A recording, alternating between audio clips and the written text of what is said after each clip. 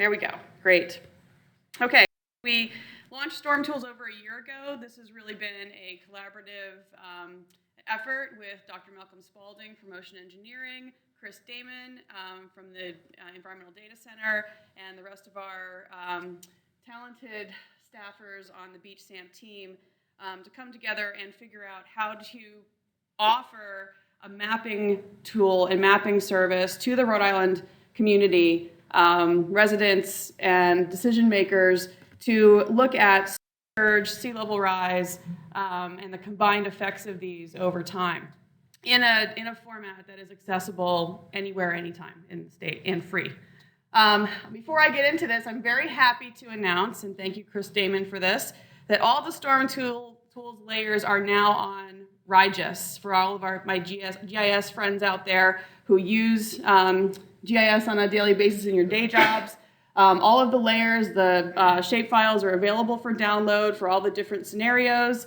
The link is here, the page is here, and I'm planning on sending this out as a press release or an announcement, more like, to the Beach SAMP listserv tomorrow. So you'll have this link. If you're on the listserv, you'll get this link directly, and you can download shapefiles for use on your local desktop for traditional GIS. But we are still investing in the online viewer, and we'll keep that in the works.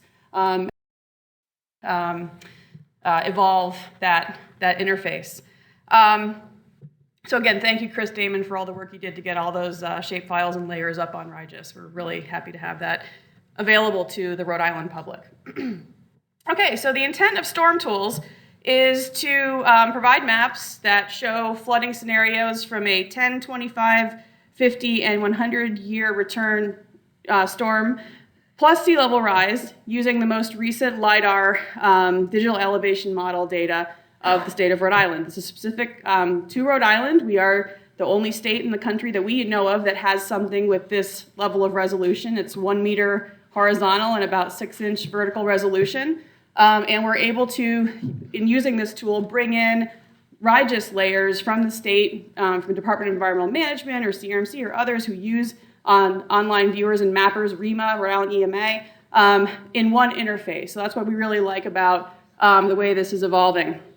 And so the intent here is to look at day-to-day operations at the municipal scale, consider long-term planning and financing. Grover already talked about the sea level rise estimates and the temporal information here to provide that best available science of sea level projections in the future.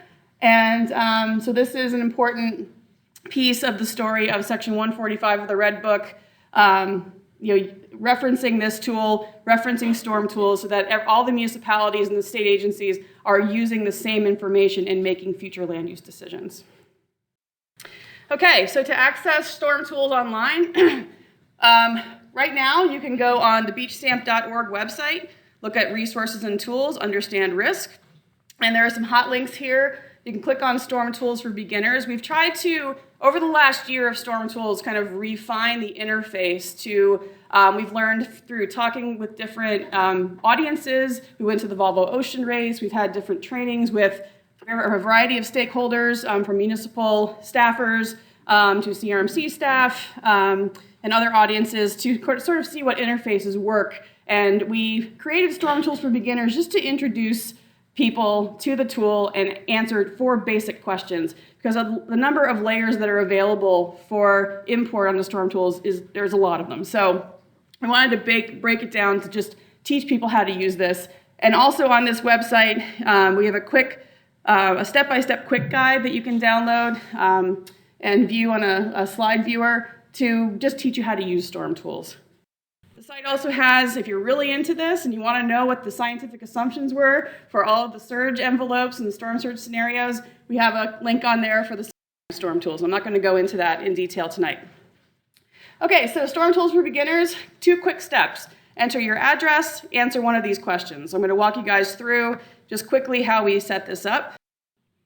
So question number 1, is my property vulnerable to storm surge during a 100-year coastal storm?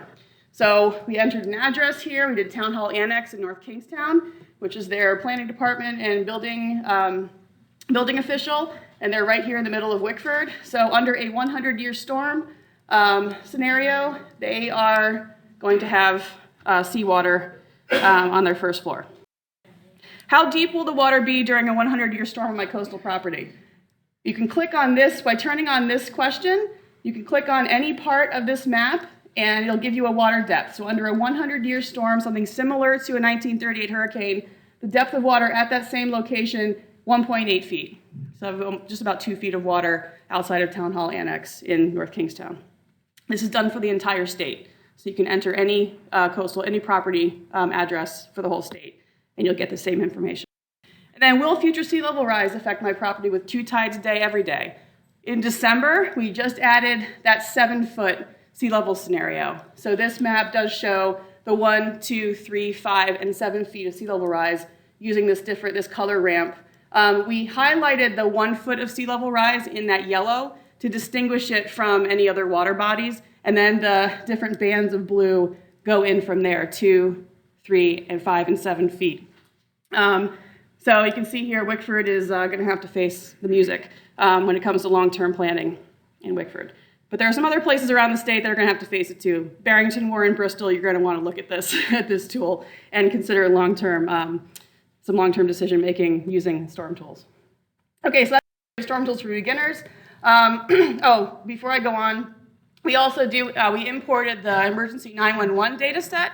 And what's really nice about this is that every point in this data set is organized by type of structure. So you have commercial, residential, and so on. And you can click on any of these points and get the information. So this is Bristol. I clicked on East Bay News, which is on 1 Bradford Street. So by clicking in this map, you can get all that data. And you can see under this scenario that I have turned on, how deep will the water be? 1.34 feet during a 100-year storm. Okay, so from that and from vetting this tool with municipalities, we also tried to create storm tools for municipalities, and I'll go through this quickly. We wanted to consider what types of decision-making cities and towns have to make and how they might want to use this information to inform potential applicants that come into the office. So here's the interface, more layers that we've added to storm tools for municipalities. So we have different sea level rise scenarios, just 2 tides a day, every day sea level scenarios.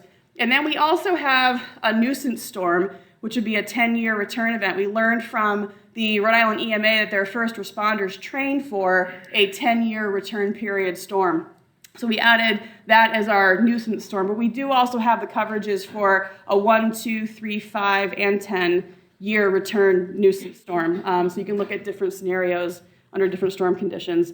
And then for this, I've also added the 100-year storm plus sea level rise scenarios. So that shows one coverage that you can look at that table that I showed earlier of projected sea level rise and say, okay, if we get a 38 hurricane in 2065, what might that look like? So you can use these different layers. We have FEMA flood zones, population density, so I'll show you that. So here's what our 10-year nuisance flooding looks like. This is Warwick, their emergency fire station on Shore Road. This is what the envelope looked like for their a 10-year nuisance storm. And under the 25 and 100-year return period storms, this emergency fire station is potentially cut off from Warwick Neck. So this is some of the decision-making and discussions that we're having with municipalities in terms of how do you stage equipment during future storm events, and what kinds of implications do these surge envelopes or floodwaters, what kinds of decisions you have to make to reduce harm and protect public health, safety, and welfare. As I mentioned, we have the E911 data. So this series of slides, I want you to focus in on this development here. This is Quonset. This is North Kingstown. This is, I think, the Mill Creek or Mill Drive apartments. Mill Creek Apartments, right there in front of me. We're able to import a population density layer where Chris married the emergency 911 data set with the census data to get a population density for each of those 911 points. So we see this as a very high density area. The red is the high density, green is low density. And then from there we can the different surge envelopes. This one is a 100-year storm surge without sea level rise. So if we get a 1938 type storm this summer, the surge envelope covers this area with a depth of 3.3 feet of water in that high-density neighborhood. So again, these are the kinds of, this is the kind of information that we're getting from these maps and looking at patterns of development, where people are living, and what the relationship is of populations to these potential conditions.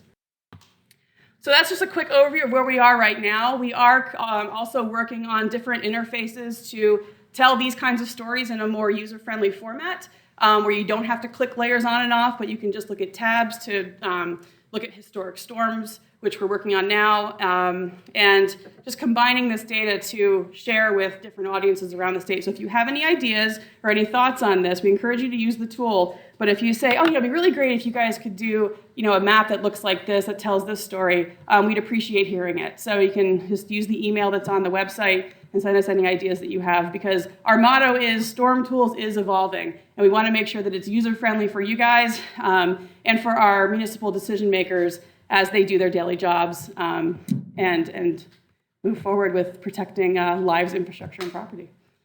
So with that, I will stop and take any questions that you have. Okay, thank you. That's STORMTOOLS. Right, so I think